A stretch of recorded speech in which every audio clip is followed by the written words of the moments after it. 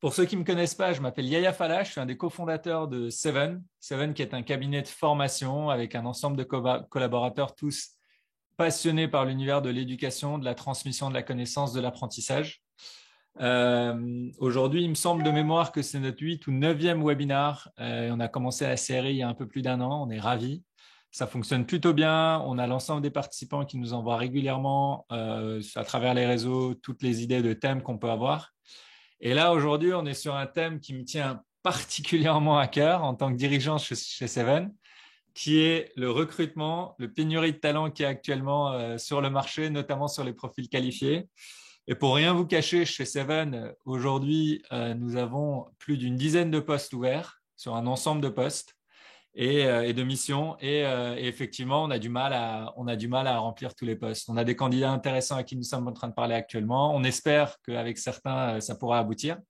Mais en tout cas, c'est un vrai sujet de développement pour nous, à notre échelle chez Seven. Et je sais, pour en parler avec beaucoup d'autres dirigeants, entreprises, managers, que c'est aussi un sujet pour eux. Et aujourd'hui, on a un spécialiste, Stéphane Dahan, qui, je sais, dont c'est le métier aujourd'hui. Il est en charge du recrutement des ingénieurs chez Alten. Simplement pour planter le décor, et après je passe la parole à Stéphane pour qu'il puisse se présenter et dire deux mots sur Alten pour ceux qui ne connaissent pas l'entreprise. Stéphane a comme objectif en 2022 de recruter 3600 ingénieurs. Et on parle bien de recrutement en contrat CDI, cadre, Bac plus 5. Et il me disait juste avant qu'on démarre ce webinaire qu'il était déjà à 3100 candidats recrutés. Nous sommes le 27 septembre. Stéphane, il te reste 3 mois environ pour recruter les 500 personnes qui te restent pour ton objectif. Voilà, donc c'est des chiffres pour moi qui me paraissent assez énormes. Et justement, c'est pour ça qu'on a invité Stéphane pour parler un peu du sujet de pénurie de talents, comment développer les talents, comment recruter les talents, comment les identifier et même comment les former une fois qu'ils sont avec nous, à les garder, les fidéliser. Voilà, je suis ravi de t'avoir Stéphane aujourd'hui. Je te passe tout de suite la parole pour que tu dises deux mots pour te présenter Alten et après on pourra démarrer notre webinaire et le sujet du jour. Merci. Merci déjà pour ton invitation, Yaya. C'est très sympa d'avoir pensé à moi. Bonjour à tous. Donc, je suis Stéphane Dahan. En effet, je suis en charge du recrutement des ingénieurs chez Alten sur toute la France. On a, comme tu le disais, un objectif qui est très ambitieux dans un secteur où on peut en effet parler de pénurie de talents, hein, puisqu'il y a moins d'ingénieurs disponibles que d'offres ouvertes sur le marché.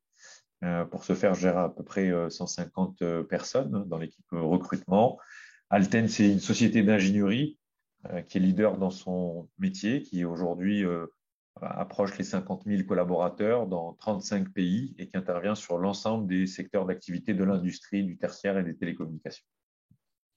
Génial. Et justement, toi, par rapport à cet objectif que tu avais de 3600 personnes à recruter en début d'année, les proportions sont énormes. Est-ce que, avant de te poser la première question sur justement les difficultés qu'il peut y avoir en ce moment, on va dire si là on revient en arrière, on est en janvier 2022 ou même décembre 2021, vous fixez cet objectif-là, tu es en charge de ça. Qu'est-ce que vous vous dites vraiment en 1 ou 2 minutes, concrètement, Stéphane Dahan, il fait quoi avec ses équipes pour attaquer le sujet? Déjà, dans le recrutement, c'est pas instantané, hein. Enfin, il y a toujours une notion de court, moyen, long terme. C'est sûr que pour recruter autant de personnes, déjà, on définit la cible, c'est pratiquement 50% de jeunes ingénieurs qui sortent des écoles, qui sont jeunes diplômés. Et si on va en effet chercher cette population-là, c'est que la pénurie, elle est sur les gens expérimentés. Donc, il faut être capable aussi d'aller adresser des plus jeunes. Donc, ça veut dire que ça fait déjà plusieurs années qu'on développe notamment nos relations avec les écoles d'ingénieurs, notre marque employeur, pour être connu, être reconnu aussi, être attractif. C'est sûr que si on se lève un beau matin en disant on va recruter 3000 personnes sans avoir mis en place des démarches long terme, forcément, c'est un peu plus compliqué. Après, en effet, il y a le court terme. Il faut savoir choisir les plateformes sur lesquelles on va aller chercher les candidats, savoir développer cette marque également, mettre en place un processus, enfin, tant de choses dont on va parler juste après.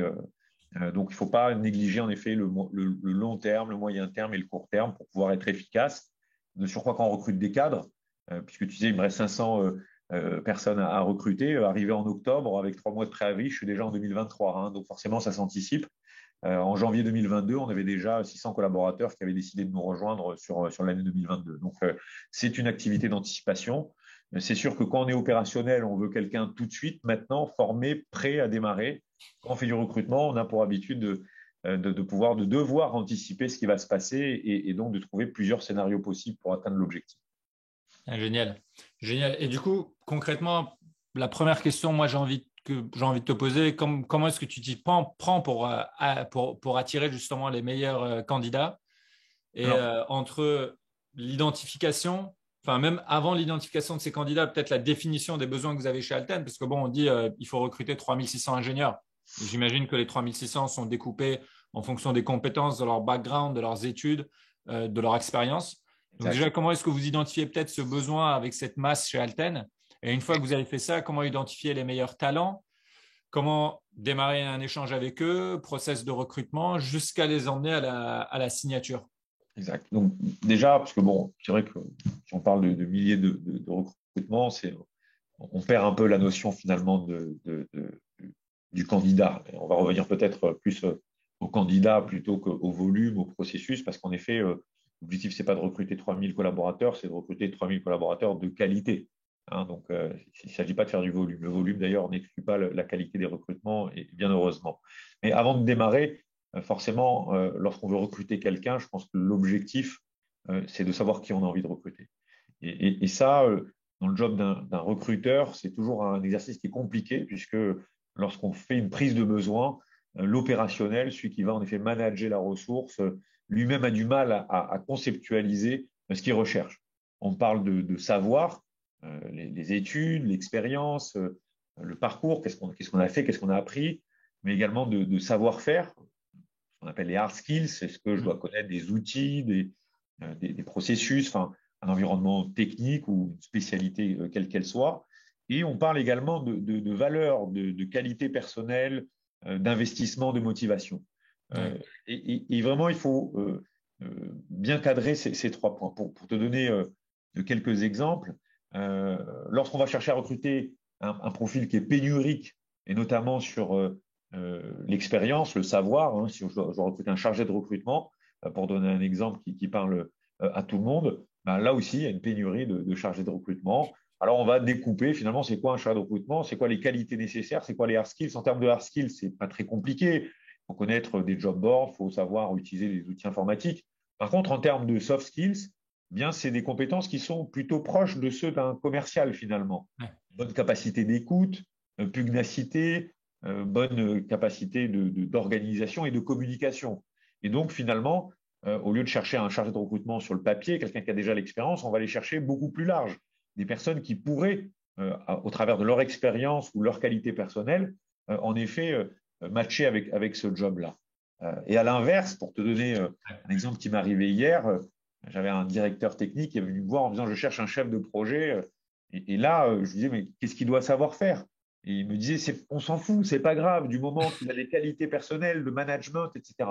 Et là aussi, c'est très compliqué parce que chercher un CV sur un job board sans avoir finalement une expérience, un diplôme, des mots-clés, enfin, des compétences et chercher uniquement sur base d'un CV des soft skills, on sait très bien que quand on est candidat, c'est difficile de faire paraître ces soft skills sur son CV.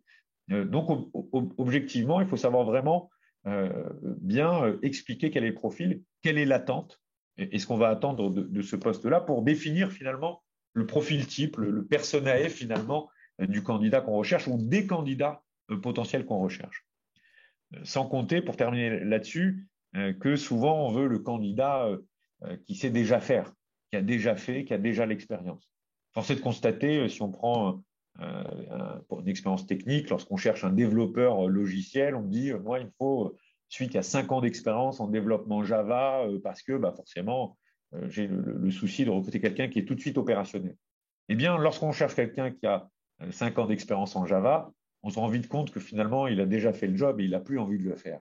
Et donc là aussi, c'est important de se dire, OK, je vais recruter quelqu'un qui va bien faire le job, mais qui a le potentiel et qui aura surtout envie de le faire. Et ça aussi, lorsqu'on définit un profil, c'est important de savoir d'où il vient et où est-ce qu'il veut aller.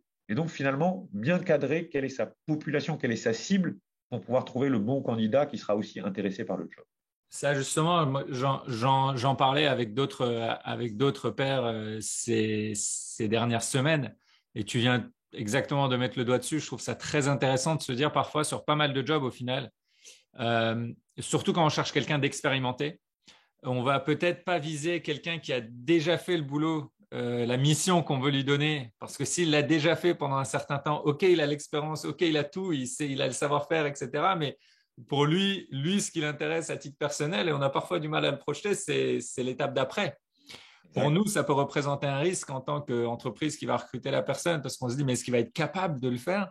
Exact. Comment est-ce que tu t'y prends pour ça, justement, de te dire, OK, je vais prendre quelqu'un qui n'a pas encore fait ce que je vais lui demander de faire, mais il a potentiellement les capacités de le faire. Comment est-ce que tu définis ça ou tu t'assures de ça? Après, bon, j'imagine qu'il y a les périodes d'essai, il y a tous ces éléments-là, mais toi, en tant que recruteur, on va dire sur cette étape d'identification.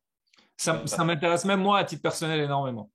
Tu vois, mon président, souvent, quand je recrute un responsable ou un directeur, il me dit cherche un numéro 2. Parce que lorsque tu cherches à recruter un directeur, un leader, un manager, etc., il a dans son équipe des gens qui ont du potentiel en pénurie. On est évidemment obligé parfois de pouvoir solliciter des gens qui travaillent dans d'autres entreprises, forcément. Et bien souvent, le numéro 2, et puis on le voit souvent dans les entreprises, quand on est manager, on doit former aussi son remplaçant, son futur remplaçant, si on a envie d'évoluer. Eh bien, c'est quelqu'un qui a déjà la vision du job, les compétences pour le faire, et à qui il reste juste une petite marche à monter.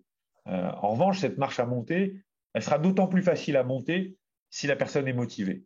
Je crois beaucoup, moi, justement, à la motivation, à l'investissement, surtout lorsqu'on recrute des cadres. Ce sont des gens qui ont l'habitude de se former, de s'instruire, de profiter de l'expérience qu'ils peuvent avoir autour d'eux pour justement monter ce pas.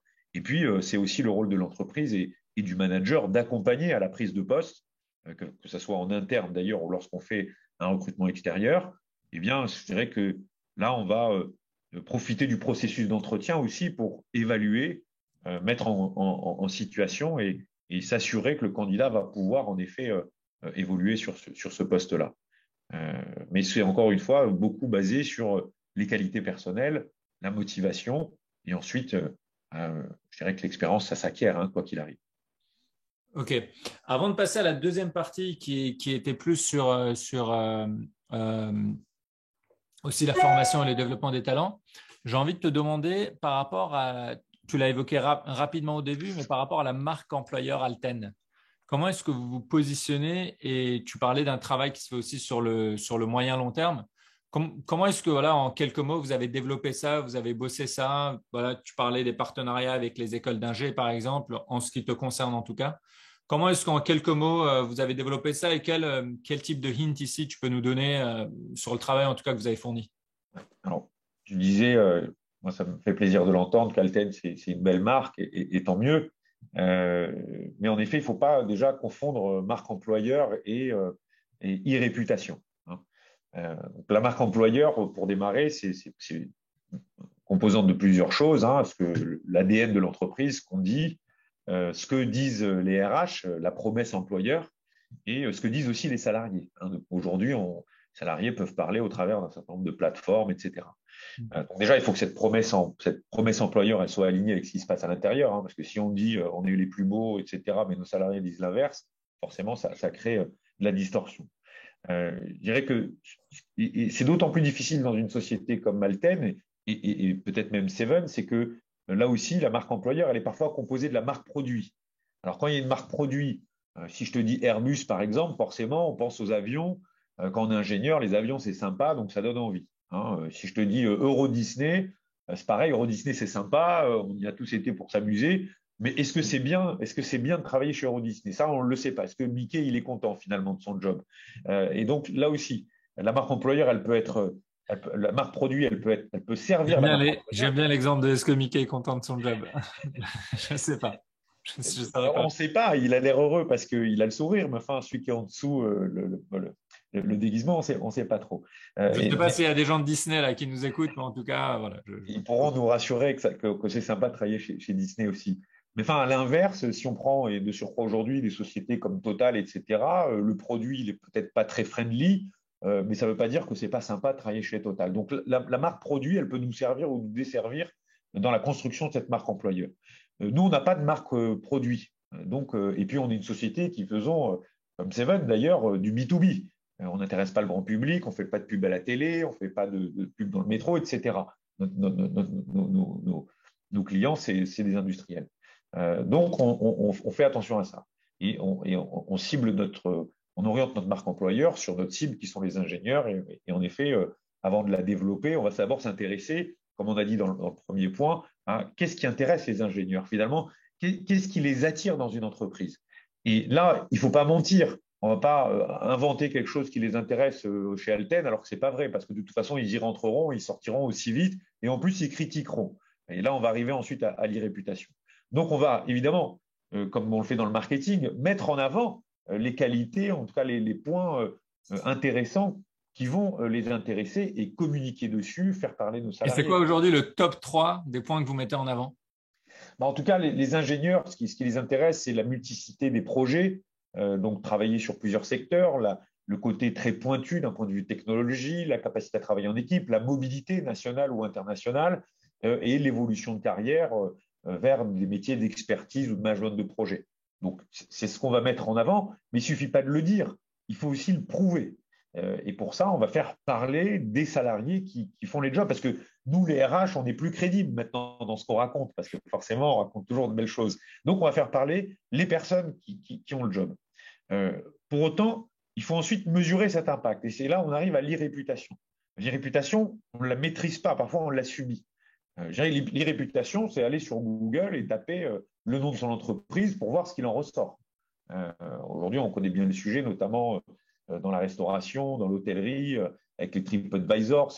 Nous aussi, on a notre TripAdvisor dans la RH, que ce soit Glassdoor ou un certain nombre de plateformes qui notent les entreprises au travers de leurs salariés.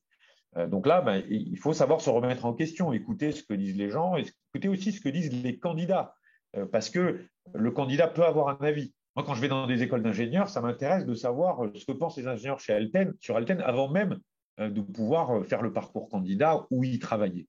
Et donc, l'irréputation, elle est importante à mesurer. Et puis, c'est comme ça qu'on va caler un peu notre discours ou nos actions pour potentiellement, en tout cas, je l'espère, avoir une réputation qui nous ressemble finalement, encore une fois, sans tricher, sans mentir, parce que ça, on est très, très vite, comment dire, dévoilé si jamais on le fait. Ce que je trouve extraordinaire en ce moment, je vais passer à la deuxième partie, ce que je trouve extraordinaire en ce moment, et c'est ce qu'on vient de dire, c'est que, bon, c'est pas terrible, enfin, c'est pas une bonne nouvelle pour les recruteurs ou les entreprises qui recrutent, le fait que l'offre de candidats soit aujourd'hui inférieure à la demande des entreprises. Donc, on a une espèce d'inversion qui s'intensifie d'ailleurs sur certains postes, profils. On parle effectivement de pénurie.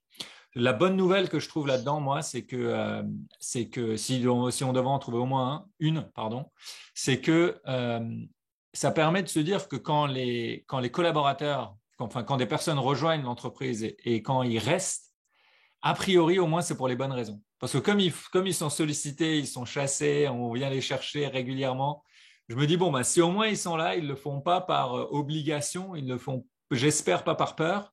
Mais ils le font vraiment parce qu'ils sont contents d'être là et ils n'hésiteront pas à le dire s'il y a des choses à faire évoluer. En tout cas, c'est ce qu'on essaie de faire chez Seven avec l'ensemble de nos collaborateurs, d'être à leur écoute et d'essayer de les mettre dans les meilleures conditions possibles pour qu'ils soient heureux.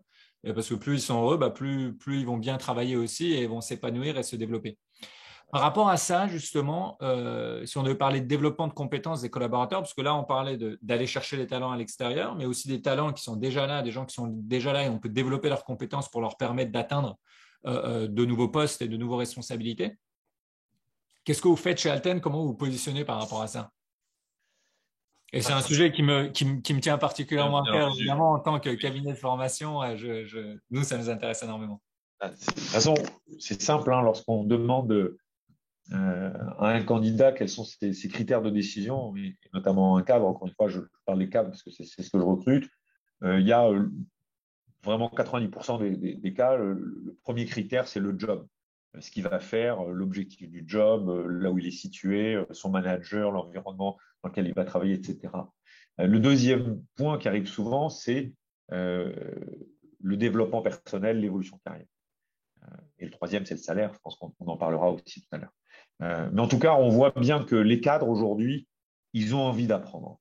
Parce que quoi qu'on puisse dire, que ce soit dans nos écoles d'ingénieurs ou dans nos écoles de commerce, quand tu prends un étudiant qui sort d'école de commerce ou d'école d'ingénieur, il te dit j'ai l'impression d'avoir rien appris. Et parce qu'en effet, ils n'ont pas forcément tout appris, mais on leur a donné la capacité à apprendre. C'est ça qu'on fait dans ces formations d'enseignement supérieur. Et donc, ils ont cette envie d'apprendre. Et c'est pour ça que, en tout cas chez Elten, et vous êtes bien au courant chez Seven, parce qu'on travaille ensemble, on a pour objectif, en effet, le développement personnel de nos salariés. On a des académies de formation dont vous faites aussi partie sur certaines thématiques, notamment le management.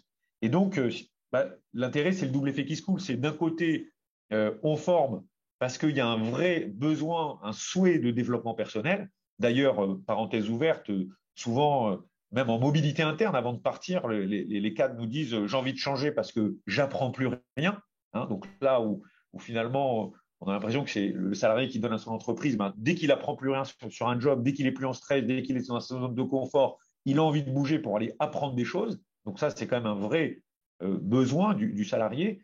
Et en même temps, pour l'entreprise, c'est génial. Et c'est là, en effet, on a fait appel à Seven, c'est que nous-mêmes, ayant une très forte croissance, donc c'est bien de recruter 3500 ingénieurs, mais il faut les manager, ces gens-là. Il faut les encadrer. Donc, on a besoin aussi de recruter des managers.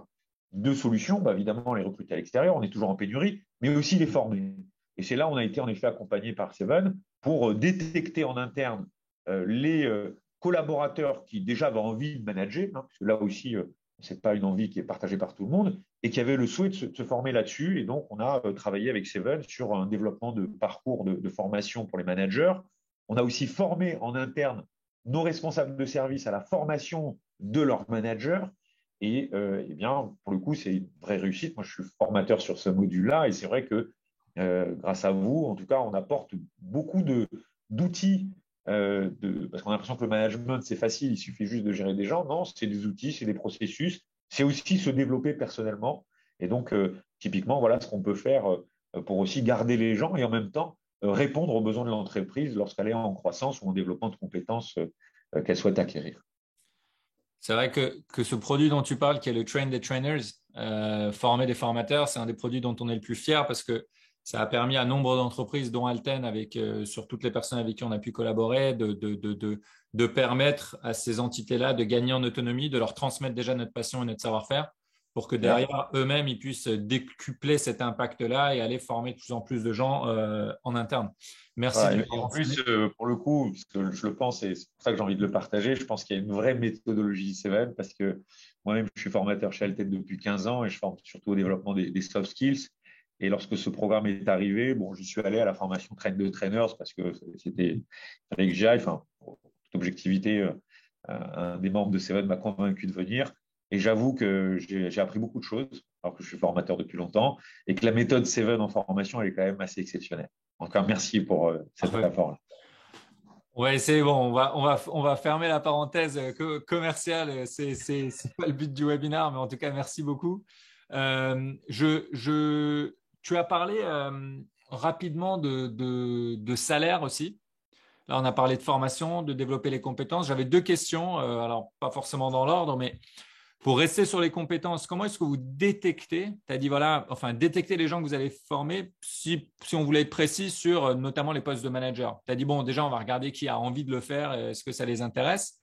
Mais au-delà de ça, est-ce qu'il y a un programme aujourd'hui spécifique de développement de talent, développement de carrière chez Alten? Et vraiment en 30 secondes, là juste pour avoir encore une fois du concret, ça peut aider certains des participants. Bien sûr. Comment est-ce que vous voyez ça chez Alten? En fait, bon, après, c'est assez simple à mettre en place. Hein. C'est-à-dire que cartographier les compétences d'un bon manager, qu'est-ce qu'il lui faut pour être un bon manager, quel que soit le métier d'ailleurs, ça, c'est faire son inventaire sur ses qualités, compétences nécessaires et très utiles. Ça c'est un premier point. Ensuite, ce qu'on fait chez nous, c'est qu'on a des revues de personnel, des comités carrière, des people review, enfin, on peut les appeler comme on veut, selon les populations d'ailleurs, parfois tous les 6 mois. Donc la temporalité, elle est quand même intéressante. Hein. Les entreprises, on attend 2 ans pour se poser la question. Nous, on est sur des temporalités très très courtes et on va en effet évaluer skill matrix, les compétences des collaborateurs, voir en effet ceux qui ressortent par rapport à la cible qui nous intéresse pour être manager. Et très très tôt, même sur les jeunes, très très jeunes, on va déjà commencer à se poser la question, est-ce qu'on va l'orienter vers un parcours management ou un parcours d'expertise? Ouais. Et ça ne veut pas dire qu'on va mettre les gens dans une voie sans pour autant aller sans l'autre, mais en effet, voilà, déjà définir sa cible et ensuite évaluer sur ses qualités, compétences clés pour voir comment elles ressortent et le potentiel aussi des personnes à pouvoir acquérir la compétence. Donc, on évalue en effet les qualités, la compétence et le potentiel nécessaire pour aller vers tel ou tel type de parcours. Génial. Et je fais juste une parenthèse pour tous les participants. Deux choses. La première, c'est que vous avez vu que le webinaire est enregistré. Donc, il y aura évidemment un replay comme pour tous les autres webinaires qu'on diffusera après sur les réseaux sociaux, qu'on mettra sur notre chaîne YouTube. Donc, pour aller revoir et ou partager autour de vous. Et la deuxième chose, c'est n'hésitez pas à poser vos questions dès que vous en avez. Alors, je vois une première question qui est arrivée dans le…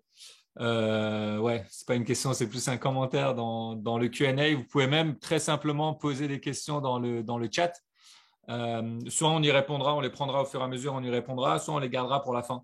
Mais en tout cas, voilà, n'hésitez pas. Là, je vois qu'il est déjà 12h27, donc d'ici quelques minutes, on pourra démarrer s'il y en a une petite session Q&A. Donc pour la suite, donc ma deuxième question portait sur comment est-ce que vous y prenez. Du coup, là, on a parlé recrutement, on a parlé développement de compétences aussi. Et j'imagine que le développement de compétences permet aussi de fidéliser vos collaborateurs, parce que tu disais qu'un des premiers critères, et c'est vrai, est le fait que les gens veulent, les salariés, les collaborateurs veulent continuer à apprendre en continu. Ça, j'en suis moi personnellement intimement convaincu. Je pense qu'on est arrivé dans une société de la connaissance depuis maintenant plusieurs années et que en fait, apprendre est devenu un must-have. On peut plus se permettre de ne pas apprendre ou de stagner à un moment donné. Il faut vraiment apprendre en continu tout au long de sa vie. Raison pour laquelle d'ailleurs ce sujet, ce métier me passionne tant. Euh, En tout cas, voilà, au-delà du développement de compétences, est-ce qu'il y a d'autres axes chez Alten, d'autres leviers que vous pouvez utiliser? On a parlé de salaire à un moment donné très vite, peut-être tu peux en dire deux mots, pour fidéliser vos talents et garder justement les meilleures pépites, on va dire, chez Alten quand vous en avez. Alors, avant de parler du salaire, oui, il y a plein de choses, hein, et notamment on parle de bien-être en entreprise. C'est dommage on ait dû utiliser ce mot parce que tu parlais d'épanouissement tout à l'heure. Moi, j'aime bien parler d'épanouissement, de se sentir bien, de pouvoir avoir de l'impact aussi de l'entreprise, participer au développement de l'entreprise. Quand on est une société de 50 000 personnes, on se dit, ouais, je vais être un numéro, ce genre de choses. Ce n'est pas le cas chez nous parce que justement, on a des tas de programmes qui permettent à chacun, même des gens qui viennent d'arriver, de participer au développement de l'entreprise. Au travers, alors on est sur des sujets techniques, de conférences techniques, de participer à des communautés. On met un tas d'événements en place où comment dire, des environnements de rencontre entre des gens du même métier, de la même expertise, etc.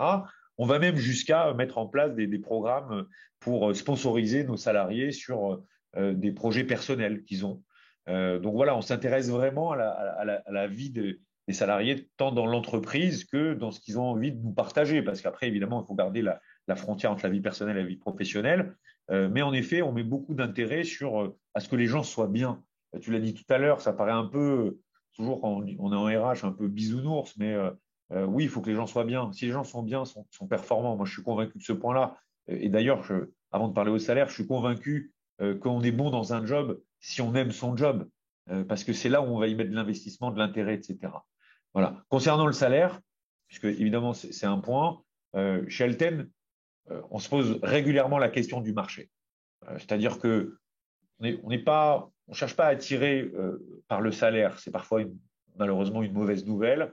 Si on fait par les entreprises qui ne recrutent que au travers de l'argument salaire, ben, risquent de recruter des gens qui ne cherchent que du salaire.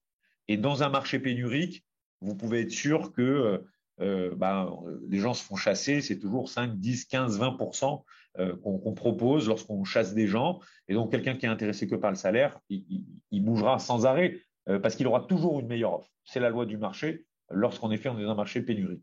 Donc, je dirais que déjà, il faut être au bon salaire. Et donc, c'est la question qu'on se pose régulièrement pour pouvoir adapter aussi nos grilles et s'assurer en effet que un job, c'est pas que le salaire, c'est beaucoup de choses aussi autour. Bien sûr. En revanche, ce qui est important dans le salaire, et ça, je le dis souvent à des jeunes cadres, c'est pas le salaire d'embauche, c'est bon, la compétitivité de son salaire, évidemment, l'équité par rapport à ses pairs, mais surtout la dynamique d'évolution de son salaire lorsqu'on évolue. Et ça, on en parle peu parce que tant qu'on n'est pas dans l'entreprise, on ne le sait pas.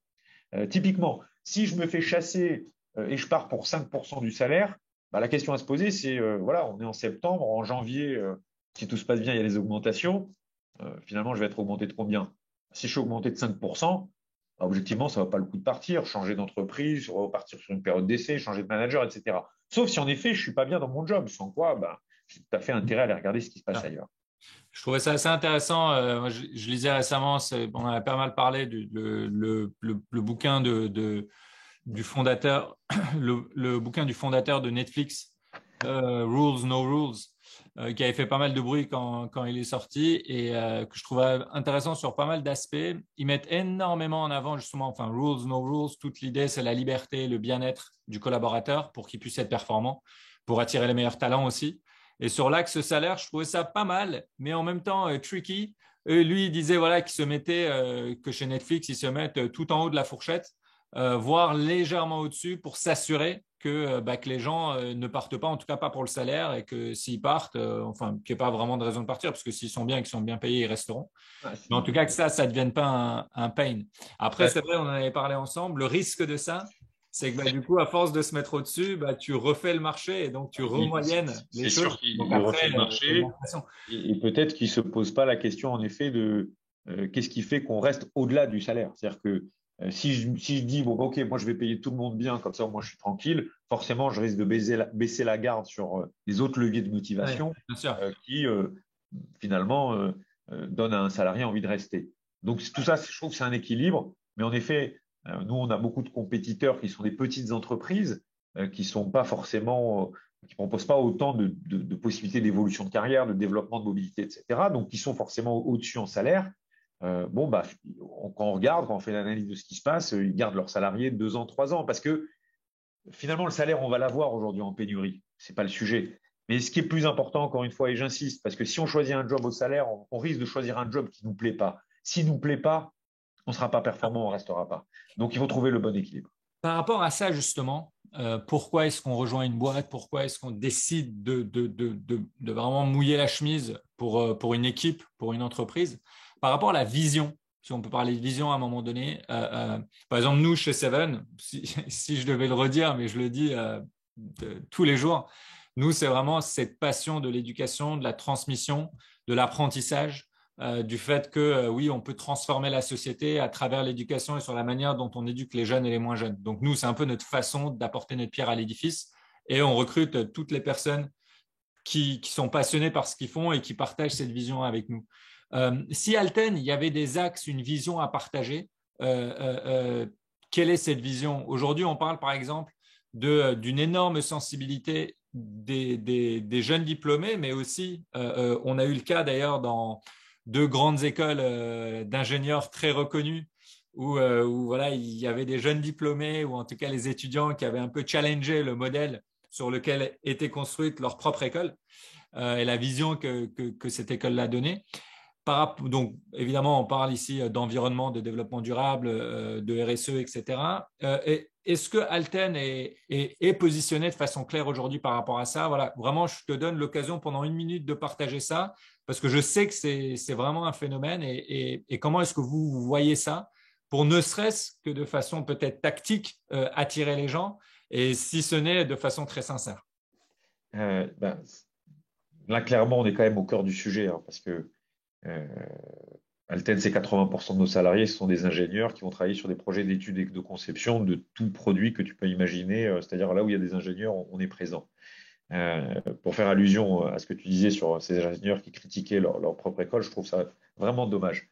Parce que justement, c'est eux qui ont la possibilité de changer la planète. Et au lieu de finalement s'écarter de cette voie-là, ils devraient justement y rester et de nous faire profiter de leurs compétences. Qu'est-ce qu'on fait, nous? Nos ingénieurs, ils travaillent sur les avions, les voitures. des systèmes d'énergie, du logiciel. Et c'est vraiment important qu'ils soient sensibilisés à tous ces points-là parce que dès le démarrage de conception d'un produit, d'un logiciel, on doit penser consommation, énergie, pollution, etc. Donc on est vraiment au cœur des préoccupations. C'est les ingénieurs qui développent les usages de demain. C'est eux qui vont permettre en effet aux usagers, quel que soit le produit, d'être finalement en ligne avec ce qu'on a envie dans l'écologie, l'environnement, la RSE, etc. Je te donne un exemple qui est très simple et finalement assez abstrait. C'est le logiciel. On parle aujourd'hui de Green IT. Ça ne parle pas. Et pour autant, lorsqu'on construit un logiciel, le fait de développer son code qui consomme moins, qui prenne moins de place, etc., c'est vraiment une avancée qui est énorme. Et un truc assez simple aussi, mais quand tu regarderas ta boîte mail, Yaya, et notamment une boîte mail publique que tu as ouverte il y a maintenant plusieurs années, je ne parle pas de celle de Seven qui est bien organisée, bien structurée, mais celle de Hotmail ou de Google où il te reste 5000 mails que tu n'as pas traités. Est-ce que tu sais combien ça consomme d'énergie le fait d'avoir des mails sur une boîte mail qui ne sont pas supprimés? C'est juste énorme. Et donc, voilà, au-delà des ingénieurs qui vont construire ces systèmes de demain, qui vont réfléchir dès le développement, dès la fabrication, dès l'invention des produits qu'on utilise tous, la voiture, les avions, etc., eh bien, c'est sûr que nous, on a la chance d'être là-dedans et nos ingénieurs sont très vite sensibilisés à ce qu'on appelle l'éco-conception, à réfléchir à comment on va faire pour consommer moins au niveau de cette planète et surtout donner aux usagers la possibilité, en effet, d'avoir des usages qui sont finalement moins consommateurs d'énergie, plus en ligne avec ce qu'on a envie de faire avec notre planète. Donc, moi, je dis aux ingénieurs, au contraire, sortez pas de votre filière et restez là-dedans parce que c'est eux qui construisent le monde d'aujourd'hui et de demain et c'est vraiment la préoccupation d'Alten. Donc, on est très sensible à ces points-là. C'est vrai que c'est un vrai sujet aujourd'hui, la manière dont on fait ça sur le numérique. J'ai vu très récemment le site de Faber Novel, qui est pareil, une entreprise que personnellement j'aime beaucoup, qui fait aussi du conseil. Et en fait, sur leur site internet, la nouvelle version, ils ont essayé de simplifier au maximum le site, de ne pas mettre d'images en HD, etc., pour faire Voilà. joli ou des vidéos. Et ils ont mis un petit message à un endroit très discrètement en disant que la raison pour laquelle ils le font, c'est justement parce qu'ils croient énormément au fait qu'on peut aussi, de Exactement. façon intelligente, faire ça et qu'ils conseillent leurs clients sur ces sujets-là et que donc eux-mêmes vont essayer de l'appliquer sur leur Voilà. propre site Ah oui, internet. parce que, Aujourd'hui, c'est fancy d'avoir, dès que tu arrives sur la landing page, une vidéo qui démarre, du ouais. HD, des belles images, bah, tout ça, ça consomme et que c'est pas forcément nécessaire. Et donc, quand on arrive sur leur landing page, pour ceux que ça intéresse, n'hésitez pas à aller jeter un coup d'œil, sans vouloir leur faire de pub, hein. Mais je trouvais ça assez intéressant parce que quand j'étais arrivé, ça m'avait surpris. Je me suis dit, ah tiens, marrant, ils ont fait un truc ultra simple et en fait très très bien pensé en même temps et ils essayent à leur façon aussi de démontrer qu'on peut sur plein d'aspects différents économiser de l'énergie, consommer moins ou de façon en tout cas plus intelligente et responsable. Merci en tout cas pour le partage, Stéphane. On va passer au Q&A. Il est déjà 39. J'avais promis à l'équipe que j'allais pas déborder, que j'allais essayer de finir en temps et en heure. Donc, on s'approche de la conclusion. Je prends une question que nous a envoyée Jean-Patrick. Teddy, je vois que tu viens de poser une question aussi. Jean-Patrick, bon, une question très pratico-pratique. Il nous demande est-ce que Alten, notamment pour le recrutement de ses directeurs ou des exécutives, passe par des cabinets externes de recrutement ou de chasse de tête? Oui, ça nous arrive, bien entendu, parce que lorsqu'on parle d'exécutifs, notamment, ou de postes clés dans une entreprise, il faut parfois faire appel à des cabinets qui ont le droit de chasser. Ce que nous, recruteurs dans une entreprise, on n'a pas le droit de faire. Donc moi, j'ai pas le droit d'aller appeler un salarié dans une entreprise qui cherche pas de boulot pour le débaucher. On n'a pas le droit de faire ça. Nous, les recruteurs, on utilise des moyens de recrutement où les candidats passif-actif, en même temps, il y a plein de mots pour définir un candidat, se disent OK, je suis OK pour être contacté. Ce qui n'est pas le cas d'un cabinet. Un cabinet, lui, il a le droit, il a la licence hein, pour aller chasser des candidats qui finalement ne cherchent pas de boulot. Et donc, parfois, en effet, il nous arrive de passer par des cabinets, bien que ça reste assez rare, parce qu'on arrive à avoir des équipes assez convaincantes aussi pour aller trouver des personnes qui se posent la question. Et la réponse est oui.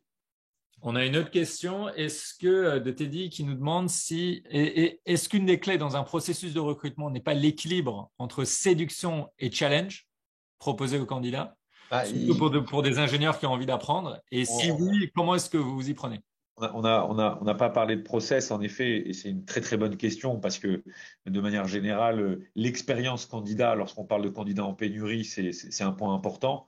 Euh, L'expérience candidat, c'est ce que le candidat va vivre depuis le moment où il postule ou depuis le moment où il est approché jusqu'au moment où il va pouvoir signer, c'est-à-dire la vitesse du processus, les acteurs qu'il va rencontrer. Et souvent, on le voit, la vitesse, un processus trop long, on peut perdre des candidats. Un processus trop court, eh bien, on peut faire peur à des candidats qui n'ont pas envie d'aller aussi vite. Donc l'équilibre, il est intéressant. Et en effet, dans ce processus-là, quels vont être les acteurs qu'on va rencontrer pour pouvoir, bien entendu, donner cet équilibre entre je dois valider mon candidat, et donc il y a des exercices, des simulations, des tests, etc. Et en même temps, donner envie aux candidats de nous rejoindre. Et donc, ce qu'on va faire, nous, dans le processus Alten notamment, c'est d'avoir évidemment des RH pour l'évaluation et en même temps le futur manager pour permettre la projection du candidat dans son futur job et souvent quelqu'un qui fait le même job, qui va avoir la capacité d'échange sans, Ouais. voilà, de manière assez franche sur quel est l'objectif du job et en même temps vraiment échanger sur ce job-là. Donc cet équilibre, il est fondamental et justement, il est d'autant plus important que lorsqu'on est en pénurie, on a tendance à penser qu'il faut en effet envoyer le tapis rouge aux candidats. C'est pas une bonne idée parce que de surcroît, lorsqu'on recrute des ingénieurs, ce sont des gens qui aiment le challenge et dans un processus de recrutement, il faut aussi qu'ils soient challengés Ouais. pour être attirés. Et donc cet équilibre est intéressant. On s'approche de la fin. J'ai une dernière question qui nous servira aussi de conclusion pour toi. S'il y avait une chose que tu te dis, tiens, chez Alten, ces dernières années ou même cette année, on aurait pu mieux faire sur le sujet du jour, que tu te dis, éventuellement d'ici la fin de l'année ou 2023, on va essayer de progresser là-dessus. C'est ton challenge un peu personnel avec ton équipe ou même à l'échelle d'Alten, ça serait quoi? Une chose à améliorer chez vous. Bah, je vais peut-être pas me projeter très longtemps. Enfin, il y a une chose que j'avais vraiment envie d'améliorer chez Alten, c'est l'outil de recrutement qu'on utilise. Il a été mis en place cette semaine, donc ça, j'en suis ravi. Et pour une bonne raison, c'est améliorer aussi le travail des recruteurs, parce que c'est un travail qui est difficile, compliqué. C'est un travail de vrai sportif. On demande à un marathonien de courir à la vitesse du 100 mètres. Et donc, je pense que cette population-là, elle mérite dans l'entreprise d'être aussi, comment dire, respectée, accompagnée, formée et être bien équipée de leur outillage pour qu'ils puissent se concentrer sur les tâches à haute valeur ajoutée. Donc, écoute, ça vient de démarrer, je suis assez content, mais voilà, c'est aussi mon job de faire en sorte que les recruteurs soient des personnes importantes dans l'entreprise et de surcroît aujourd'hui, on a vraiment besoin d'eux. Bon, c'est un bel hommage que tu rends ici à ton équipe et je te reconnais bien là. Stéphane, merci beaucoup. Merci à tous les participants. Merci pour vos questions. J'en profite pour simplement rappeler que Alten recrute. Donc, si ça vous intéresse ou si vous connaissez des gens autour de vous que ça intéresse, n'hésitez pas à contacter directement Stéphane et ou son équipe et ou en passant par leur plateforme. Et idem chez Seven, on recrute. Le seul critère qu'on a, le plus important, c'est soyez bon dans ce que vous faites et soyez passionné par l'univers de l'éducation. Si vous cochez ces deux sujets-là, à minima, on peut prendre un café ensemble. Merci beaucoup à tous. Merci Stéphane. On se retrouve très bientôt. Le webinaire est en replay. On va le mettre d'ici la fin de la journée. Si vous voulez le partager, ce sera avec plaisir. On vous l'enverra par email à tous les participants. Merci beaucoup Stéphane. Merci Aya. Passez une À bonne journée. À bientôt. bientôt. Ciao, Merci. bye bye.